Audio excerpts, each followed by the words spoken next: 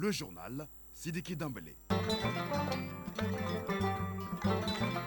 Mais l'actualité, première édition de ce mardi 10 décembre 2024. Tout d'abord, la couleur du temps. Sur Bamako et environ en cette journée des droits de l'homme, 19 degrés ce matin. Il y aura du soleil, du beau soleil à partir de 10h, du vent, 8 km à l'heure, humidité 16% et la maximale attendue est de 33 degrés. Mesdames et messieurs, à la une de cette édition, le lancement hier de la Semaine nationale de lutte contre la corruption, 7 jours pour informer, sensibiliser l'opinion publique sur l'impact négatif de la corruption. Le thème retenu cette année est « S'unir avec la jeunesse contre la corruption, former l'intégrité de demain ». Nous ferons le point avec Garibou Pérou dès le début de ce journal. L'actualité dans les autres pays de l'AIS, au Burkina, le nouveau Premier ministre fixe son cap, intensifier les efforts sur tous les fronts avec son équipe de 24 membres. Au Niger, nous allons voir les conclusions du forum sur la paix, la sécurité et la coopération énergétique, forum qui a pris fin hier. Reportage à suivre avec nos confrères de Radio Burkina et de Radio Niger. L'actualité internationale, c'est l'affaire de Batraoré. Il est là en direct avec moi dans ce studio. Bonjour Batraoré. Bonjour Sylvie Damélé. De quoi va-t-on parler dans votre tour d'horizon de ce matin? Dans l'actualité internationale de ce matin, nous serons en RDC où une grève illimitée est annoncée dans le secteur de l'enseignement supérieur. En Namibie, l'opposition conteste en justice les résultats de la présidentielle. En Haïti, au moins 184 personnes sont mortes le week-end dernier dans un massacre orchestré par un chef de gang selon l'ONU. Nous développerons ensemble tous ces titres au cours de ce journal Sidiki Damélé. À suivre donc. La chronique Initiative citoyenne avec Ousmane Dao qui nous ouvre ce matin les portes de l'Association africaine de la santé et de l'éducation sociale. Son combat, transformer la vie des communautés. Enfin, la page des sports avec l'athlète Sergato Sissé, bonjour. Bonjour, Sidiki Dambélé. Est-ce que tout va bien, Sergato? Oui, ça va, alhamdulillah. La une de votre page. Ligue des champions d'Europe, poule unique. 9 matchs sont au programme de la 6e journée. Des clubs comme le Bayern Munich, le Paris Saint-Germain, Leipzig sont en danger ce soir. CHAN 2024, la CAF brandit le carton jaune au Kenya et un des co-organisateurs de la compétition pour le retard dans la construction des stades. Coupe du numérique, le deuxième quart de finale se joue cet après-midi entre l'AGFO et Télécel. Enfin, l'insolite du jour mettra fin à cette page des sports. Et voilà pour le sommaire. Vous êtes prêts? Eh bien, nous aussi. Une fois de plus, bonjour et bienvenue. S'unir avec la jeunesse contre la corruption, former l'intégrité de demain. Voilà le thème de l'édition 2024 de la Semaine internationale de lutte contre la corruption. Semaine lancée hier au Centre international de conférence de Bamako. La pertinence de cette thématique se justifie par le fait que les jeunes ont le poids numérique nécessaire pour susciter des changements sociaux. Aussi, le gouvernement a fait de la lutte contre la corruption une priorité en ratifiant depuis 2005 la Convention des Nations Unies.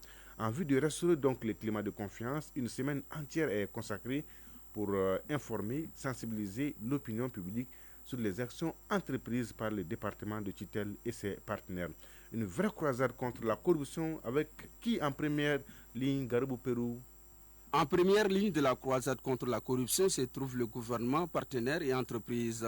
Ils sont mobilisés pour s'en débarrasser de la corruption. Phénomène mondial, la corruption s'attaque à l'éducation, à la santé, affecte l'économie, paralyse le développement socio-économique et crée ainsi une inégalité sociale. Il faut donc, selon le président de la commission d'organisation, agir vite et avec intégrité. Dr Boubacar Sidiki Diarra, secrétaire général du ministère de la Justice et des Droits de l'Homme. Ne dit-on pas que la jeunesse est l'avenir de la nation et le devenir du monde? Mais il faut s'empresser de relever. Il ne s'agit pas de toute jeunesse. Celle qui est concernée est la jeunesse bien formée, bien éduquée, refutant la corruption et les déviances sociétales et imbue des valeurs de probité, d'honneur, d'honnêteté, de don de soi et de sens élevé du travail bien fait. À l'aune des défis contemporains, la jeunesse malienne en particulier a un rôle fondamental contre le mal du siècle. Face aux dangers liés à la corruption, les jeunes doivent avoir à l'esprit le culte du respect des biens publics. Mamoudou Kassogé, ministre de la Justice et des Droits de l'Homme, garde des Sceaux. Cette année, le thème retenu s'intitule « S'unir avec la jeunesse contre la corruption, former l'intégrité de demain. Selon les chiffres les plus récents, les jeunes de 15 à 24 ans représentent 1/5 de la population mondiale et vivent dans leur majorité dans la précarité. Si l'on ajoute les jeunes de moins de 15 ans, les jeunes représentent 60% de la population du Mali. Comme l'indiquent ces statistiques, les jeunes ont le poids numérique nécessaire pour susciter des changements sociaux et constituent une force sans égale, capable de faire basculer l'équilibre des forces dans le combat mondial contre la corruption. Élever et éduquer une nouvelle génération dans le respect de l'intégrité, de la démocratie et de la transparence est l'un des moyens les plus efficaces de s'assurer d'un futur où la corruption ne sera pas dans l'ordre naturel des choses.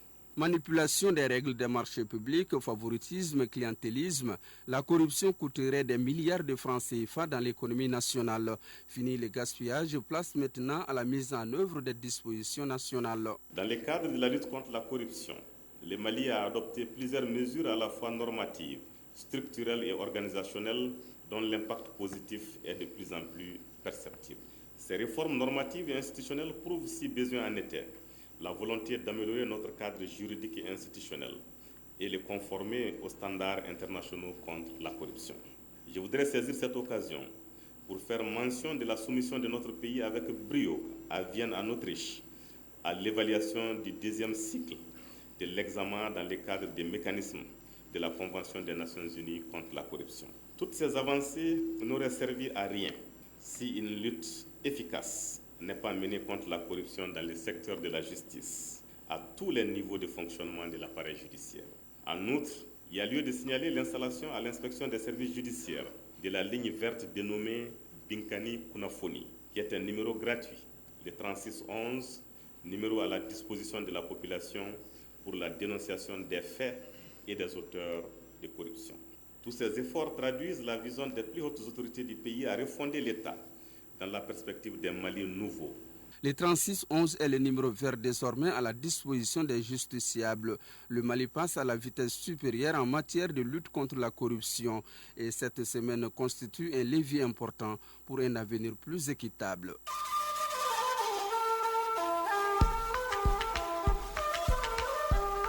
AES, actualité.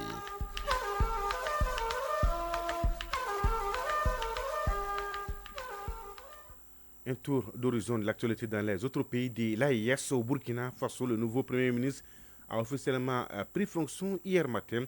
Irim Talba Jean-Emmanuel Ouedraogo, nommé vendredi dernier, succède ainsi à Apollinaire Kielem de Tambela. Le nouveau chef du gouvernement entend intensifier ses efforts sur tous les fronts. Irim Talba Jean-Emmanuel Ouedraogo dit aussi compter sur l'abnégation de tous pour la réussite de cette mission à lui confiée par le chef de l'État, le capitaine Ibrahima Traoré. Issoufou Ouedraogo de la radio du Burkina. Toutes mes félicitations. Merci, Excellence. Le coup d'État a réussi. C'est dans ce climat détendu que se déroule la passation de charges entre le Premier ministre entrant et celui sortant. À cette cérémonie solennelle, le chef du précédent gouvernement s'est attardé sur les priorités du moment. Des priorités qui, selon lui, sont la consolidation des acquis sécuritaires, la refondation de l'État et la quête de la souveraineté à travers la Confédération AES. Apollinaire Kielem de Tambela s'est dit optimiste quant à l'avenir du Burkina Faso. Vous ne voyez pas encore tous les aspects de ce que nous avons semé. Mais les semis ne tarderont pas à germer. Vous avez assisté dernièrement à l'inauguration de l'usine de tomates à Bobo-Dioulasso. Il y en aura d'autres. Et je peux vous dire que le chef de l'État a de grands projets et une grande vision pour le Burkina Faso. Et si ce qu'il a en tête se réalise, je peux vous assurer que les années à venir seront des années, n'est-ce pas, de prospérité de notre pays. Malgré les nombreux résultats engrangés, des défis demeurent et le nouveau chef du gouvernement s'engage à les relever. Rim Talba, Jean-Emmanuel Ouedraogo. J'aborde donc cette nouvelle fonction avec responsabilité et engagement. Il s'agira pour nous de mobiliser l'équipe gouvernementale pour la mise en œuvre diligente et efficace des orientations de son Excellence, Monsieur le Président du Faso, chef de l'État. Face aux défis actuels, nous devons intensifier les efforts sur tous les fronts pour montrer à la face du monde la résilience, l'attractivité de notre pays et la détermination de notre peuple à triompher du combat engagé contre les forces du mal et pour son indépendance véritable. le secrétaire général du gouvernement et du conseil des ministres a rassuré le nouveau premier ministre, Rim Talba Jean-Emmanuel Ouedraogo, du soutien des plus hautes autorités. Mathias Traoré a aussi transmis les félicitations du chef de l'État au premier ministre sorti. Les travaux du Forum sur la paix, la sécurité et la coopération énergétique de Ngurti se sont achevés hier sous la présence du Premier ministre Ali Mahaman Lamine Azen. Nous sommes au Niger. Ces travaux ont donc permis de poser les jalons pour un Niger de paix et de développement, un pays dans lequel les populations bénéficieront des fruits des richesses du pays. Alou Ibrahim de la radio du Niger. Les rôles et responsabilités du chef coutumier et religieux dans un contexte de sauvegarde de la patrie, l'état des lieux de l'exploitation pétrolière à Ngurti et la vulgarisation de la nouvelle ordonnance sur le contenu local, la problématique de l'éducation, l'accès aux soins de santé, les travaux du Forum sur la paix, la sécurité et la coopération énergétique de Ngurti se sont achevés sur une note de satisfaction générale. Attentif aux différentes doléances, préoccupations et aux propositions de ses compatriotes, le Premier ministre, ministre de l'économie et des finances s'est félicité de la résilience des populations de Ngurti.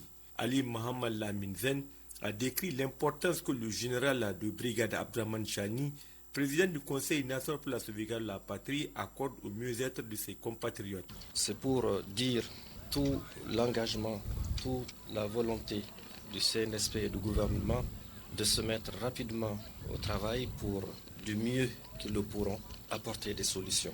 Toutes les régions du pays où il y a une exploitation des ressources, malheureusement, ces dernières années, la situation de l'État n'a pas permis, évidemment, de procéder à ces ressources, mais nous avons pris l'engagement de le faire. Une vision basée sur la paix, la sécurité et le développement.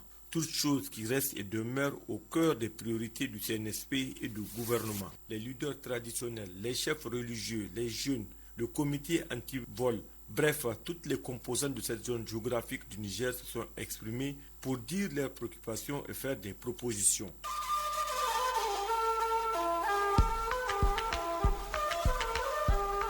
AES, actualité.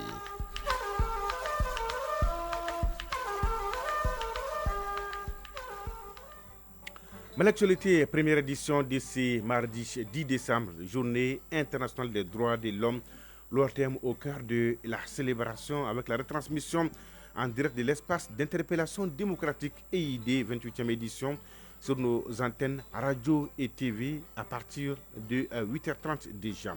Mais d'ici là, la suite de cette édition, nous allons développer l'actualité internationale avec Batraoré. Il est là avec moi dans ce studio. Un tour d'horizon qui nous conduit en Namibie, en Haïti, en Afrique du Sud, en Syrie et en RDC, Batraoré. Oui, en RDC, une grève illimitée est annoncée dans le secteur de l'enseignement supérieur. Le développement tout de suite. La chronique Initiative citoyenne est au menu. Ousmane Daou nous ouvre les portes de l'Association africaine de la santé et de l'éducation sociale, association créée au Canada par des jeunes maliens. Enfin, vous aurez les nouvelles sportives avec Seragatou Sissé. On va parler de foot, Ligue des champions, du CHAN, de la Coupe du numérique et terminer avec l'insolite du jour. Déjà, un avant-goût, Seragatou. C'est une histoire intéressante. À suivre donc. Mais l'actualité, 7h14 à Kenyeba. Et oui, en RDC, Batraoré, une grève illimitée annoncée dans le secteur de l'enseignement supérieur. Oui, le réseau des associations des professeurs des universités et instituts supérieurs du Congo, Rapiko, a annoncé une grève illimitée à partir d'hier et pour une durée illimitée. Ce réseau, qui regroupe une centaine d'associations de professeurs et d'enseignants à travers la RDC, revendique notamment une revalorisation des salaires.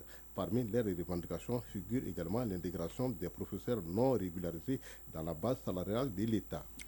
En Namibie, l'opposition conteste en justice les résultats de la présidentielle. Le principal parti d'opposition en Namibie a engagé hier une procédure de contestation des résultats de la présidentielle marquée selon lui par des irrégularités après la victoire au premier tour de la candidate du parti au pouvoir. Ce mouvement, les patriotes indépendants pour le changement IPC, avait déjà annoncé qu'il ne reconnaîtrait pas les résultats dans ces vastes pays d'Afrique australe riches en minerais. Il a déposé des documents devant la haute cour pour demander l'accès au décompte des bulletins de vote. Et en Afrique du Sud, Batraoré, l'opération contre les mineurs clandestins se poursuit. Oui, l'opération pour faire sortir des mineurs clandestins du fond d'une mine d'or se poursuit en Afrique du Sud. Il s'agit de la mine de Stalfontein à 150 km de Johannesburg dans la province du Nord-Ouest. La police y a lancé une vaste opération mi-octobre surnommée Wala Ugondi, c'est-à-dire fermer les trous afin de lutter contre l'exploitation illégale des mines d'or désaffectées. Direction Madagascar, Bataraoui, 2000 personnes, oui, 2000 personnes face à un risque imminent d'éboulement à Antananarivo. Oui, quelques 500 drapeaux rouges ont été installés ce week-end sous la colline sacrée de Manjakamiandana, en plein cœur de la capitale malgache. Leur objectif, alerter 2000 personnes qui y vivent des risques accrus de glissement des terrains avec l'arrivée de la saison des pluies. Alors que chaque année, des personnes meurent dans les éboulements sur cette colline, aucune solution de relogement pérenne n'est proposée aux habitants. Haïti, au moins 184 morts ce week-end dans un massacre orchestré par un chef de gang selon l'ONU.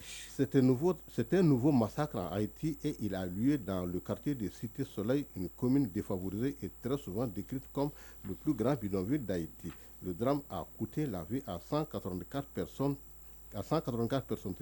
Peuplée d'environ 300 000 habitants, cette zone est sous le contrôle de la coalition Vivre Ensemble.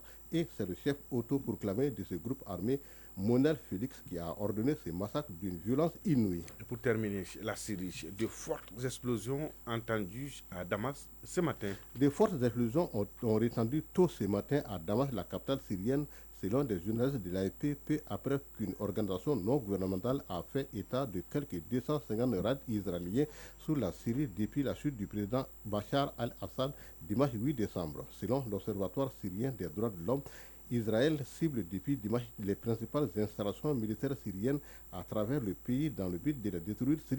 Merci Bartaraouré pour toutes ces informations. On est très bien servis. Bonjour Sergato Sissi. Bonjour Sidi Damel. Donnez-nous l'heure, la bonne et la frère. Il est 7h17 à Bambara Mabde, région de Tombouctou, et Gorikopela, région de Kaya. Le jingle et on se retrouve.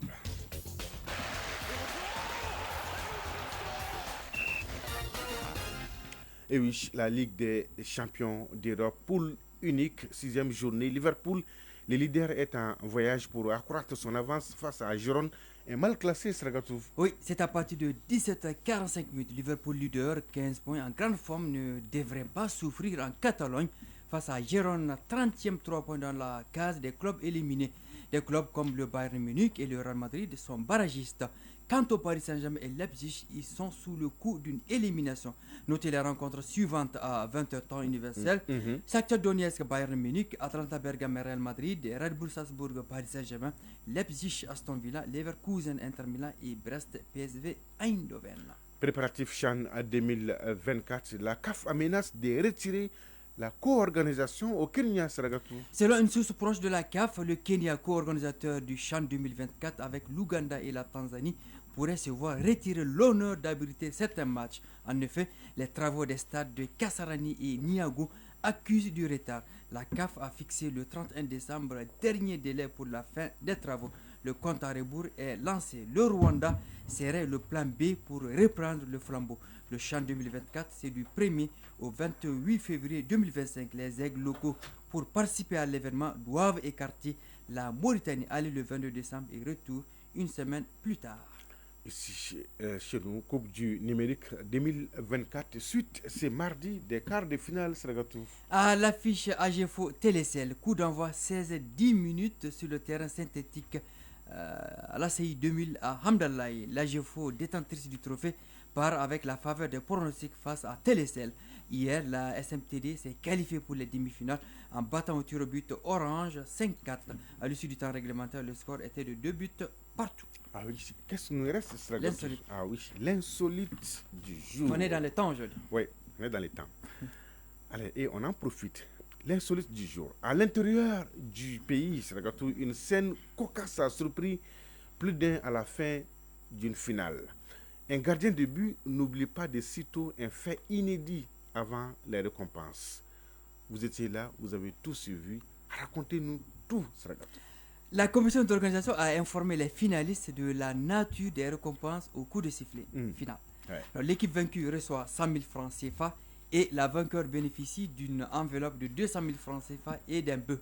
Oui, 100 000 francs pour la deuxième place. La deuxième place, oui. Et 200 000 francs pour la première place, et plus un bœuf. Voilà, c'est bien noté. Voilà. Alors, la motivation y est. Hein? Ouais. Le bœuf est attaché à côté des buts de l'équipe dite A. Alors, le match peut commencer. Chaque fois que le bœuf bugle, comme par magie, l'équipe encaisse un but. Il a buglé 3 fois. Score final, 3-0 pour l'équipe dite B. À la fin du match, le gardien de l'équipe vaincue voulait détacher l'animal pour exprimer sa colère. Il reçoit des coups de sabot du bœuf. Alors le gardien a non seulement perdu le match, mais reçu des coups inoubliables. Initiative citoyenne. Le développement nous-mêmes. Laisse le but à sa place.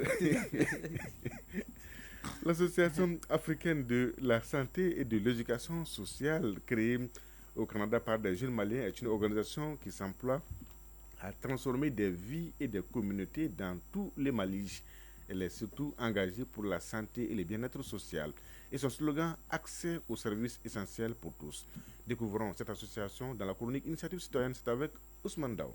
Partis au Canada à la recherche d'un mieux-être pour jouer leur partition dans le développement du pays, ces jeunes Maliens ont décidé de créer l'Association africaine de la santé et de l'éducation sociale. Depuis un moment, elle a implanté son bureau à Magnambougou Projet en commune 6 du district de Bamako. Une façon d'être au plus près des Maliens dans ses interventions dans plusieurs domaines. Abdrahman Sidibé est le président de l'association. Dans le domaine de la santé, l'éducation, la nutrition et l'assainissement, et partout en Afrique. Nous, notre créneau là, c'est vraiment l'Afrique. Plus précisément, l'Afrique de l'Ouest, en tenant compte des pays de l'AES. Parce qu'on sait que les pays de l'AES traversent une période un peu difficile. On se base vraiment sur ces 3 pays-là pour le moment. On n'a pas besoin d'aller dans d'autres pays pour se soigner. Je veux que tous nos plateaux sanitaires soient bien équipés. Moi, je vis au Canada depuis 16 ans. Donc je vois la différence entre ces 2 pays ou d'autres pays en Afrique. Au niveau sanitaire, il y a quand même la place à faire d'autres choses. Donc il y a la place en l'amélioration. C'est que les Africains, les Maliens principalement, on n'aura pas besoin d'aller se soigner ailleurs. Parce que je veux que nos plateaux sanitaires soient bien équipés et que toute la population en bénéficie. Pour ce faire, l'association a organisé des remises de dons à Koulouba, en commune 3 du district de Bamako, des livres à quelques écoles de la capitale, des moustiquaires pour lutter contre le paludisme, des équipements sanitaires à l'hôpital Mali-Gavardo d'une valeur de plus de 300 millions de francs CFA pour rehausser le niveau du plateau technique de cet établissement. Justement, l'équipement des structures sanitaires est l'un des credos de l'Association africaine de la santé et de l'éducation sociale. À moyen terme, on veut équiper plus d'hôpitaux possibles. On a commencé avec l'hôpital Gavardo. On ne veut pas s'arrêter là. Notre ambition, c'est que toutes les structures sanitaires au Mali soient bien équipées. Donc quand je dis bien équipées, les structures sanitaires, on veut qu'il y ait des équipements de pointe, des équipements que les plateaux sanitaires ont besoin aussi. On ne veut plus que la population malienne se déplace à l'extérieur pour aller se soigner. Donc les familles à moindre revenu, on veut qu'ils se soignent dans nos hôpitaux sans se déplacer à l'extérieur. Se consacrer à la promotion de la santé et du bien-être social au Mali avec l'engagement pour l'amélioration des conditions de vie des Maliens, notamment les communautés vulnérables, est le but principal de l'association. Tout le monde peut apporter sa pierre dans ce pays-là pour qu'on puisse développer au niveau des volets santé, éducation, nutrition et l'assainissement. On n'a pas choisi d'être malien, on est né malien et on doit tout à ces pays-là. La moindre des choses, c'est que on amène aussi notre part, notre contribution. Et notre volonté le plus cher, c'est que au niveau gouvernement aussi, plus tard qu'on puisse travailler beaucoup avec le gouvernement malien pour rehausser tous les plateaux sanitaires. Et la diaspora, je les encourage fortement à continuer vraiment à participer au changement de ce pays-là et à apporter leur pierre à la construction du nouveau Mali. En définitive, l'Association africaine de la santé et de l'éducation sociale compte sur tous les Maliens pour transformer des vies et des communautés au Mali où chaque individu a accès aux soins essentiels et à la possibilité de s'épanouir dans un Mali juste et équitable. Merci Ousmane Daoui. Nous bouclons sur cette page triste. Le gouverneur de la région de Ségou, vous le savez, n'est plus.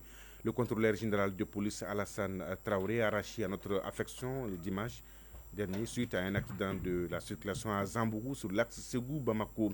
Depuis 4 ans, il dirige les destinées de la 4e région en tant que gouverneur. Ce commis de l'État ardu à la tâche, rigoureux, ouvert d'esprit, avec une notion d'équipe bien en place, simple, véridique, sociable. L'homme a su gouverner la région avec habileté. Retour sur le parcours du gouverneur de Ségou, c'est avec Ramata Konati.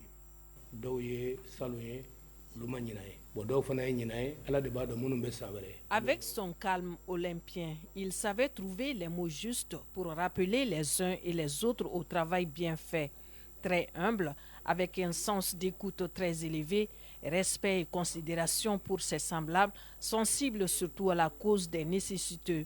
Ce travail, le gouverneur de la région de Ségou, contrôleur général de police Alassane Traoré, l'a toujours bien fait jusqu'à ce jour fatidique où il partait à Bamako pour d'autres missions de portée nationale après avoir présidé vendredi dernier la clôture régionale des États généraux de la santé. Les recommandations pertinentes auxquelles vous êtes parvenus alimenteront considérablement les réflexions au cours de la phase nationale des États généraux de la santé. Le contrôleur général de police Alassane Traoré, après sa formation commune de base à Ségou en 1987, continue sa formation policière de base suivie du CAT2, certificat d'aptitude technique.